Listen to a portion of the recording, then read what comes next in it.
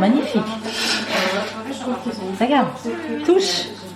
Moi j'adore ça. J'ai pas mis de sel, par contre. Ça m'arrive régulièrement, alors pas le muesli, mais les carrés, je les mets dans un moule et je les cuis à la vapeur. Je les mets dans mon vitaliseur, ce qui fait que là j'ai vraiment quelque chose au niveau des nutriments qui est encore beaucoup plus intéressant. J'ai pas le phénomène de l'agrippation, donc ça c'est intéressant. Donc là on a un mélange de flocons. On a, alors attends, parce que tu sais, je connais pas toute la marque par cœur parce que j'en fais beaucoup. On a un mélange de flocons, elle est partie avec ma recette sûrement. Ok. D'amande, poudre d'amande entière. J'ai mis un peu de psyllium, un blanc d'œuf. 2 pommes qui ont été râpées grossièrement, et puis après purée de cacahuètes. Alors là on a le choix de la purée d'oléagineux, hein, puisqu'on peut vraiment varier les saveurs, et puis du miel d'acacia, et il y a des pépites de chocolat.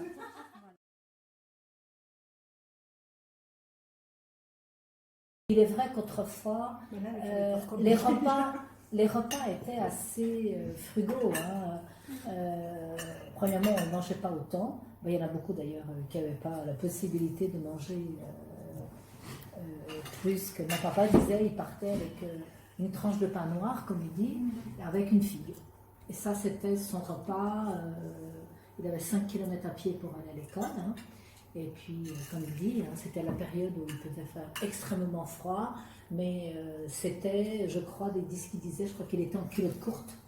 Donc ils avaient des engelures jusqu'aux genoux.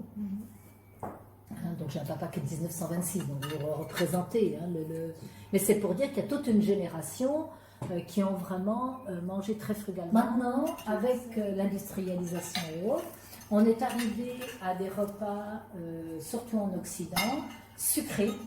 Hein, et il est vrai que c'est pas très, selon la chronobiologie, c'est pas très physiologique parce que finalement, le matin, on a surtout besoin de protéines et de lipides, tout simplement parce que c'est ce qui va permettre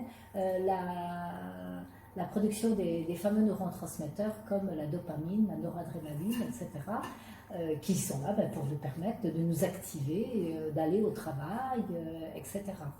Et le matin, finalement, quand on regarde le petit déjeuner de beaucoup de personnes, c'est pain beurre confiture, donc un pain qui est blanc, évidemment, hein, pour beaucoup, et puis, ou la trèche, ou la queue chaude, ici en Suisse. Et puis, c'est aussi ce qu'on appelle, beaucoup disent, je mange des céréales. Mais des céréales, en général, c'est des soufflés, c'est plein de sucre, c'est des index glycémiques élevés. Et il faut savoir, et ça c'est quelque chose à retenir, que dès lors qu'on mange un petit déjeuner hyperglucidique le matin, eh bien, ça empêche tout simplement la production des neurotransmetteurs comme la dopamine et autres. Les Asiatiques, ils prennent leur soupe miso le matin, hein, avec du riz. Donc ça peut fonctionner aussi. D'ailleurs, faites venir des Japonais et autres, ils vont dire c'est quoi ce sucré? Ils finissent par s'habituer une fois qu'ils vivent ici. Mais finalement, au départ, ça leur paraît tout à fait étrange, oui, comme tu dis. Hein. Donc, après, en guise de protéines, vous pouvez aussi avoir tout simplement un fruit avec des oléagineux. Vous voyez que ce n'est pas un petit déjeuner qui est... Donc, il y a des enfants qui vont arriver à l'école qui n'ont jamais mangé du tout, mais pour qui ça va bien. Et puis, il y a ceux qui vont vraiment avoir un déficit d'attention parce que ce n'est pas OK pour leur rythme à eux. Et c'est ça, en fait, qu'il faut savoir observer. Hein.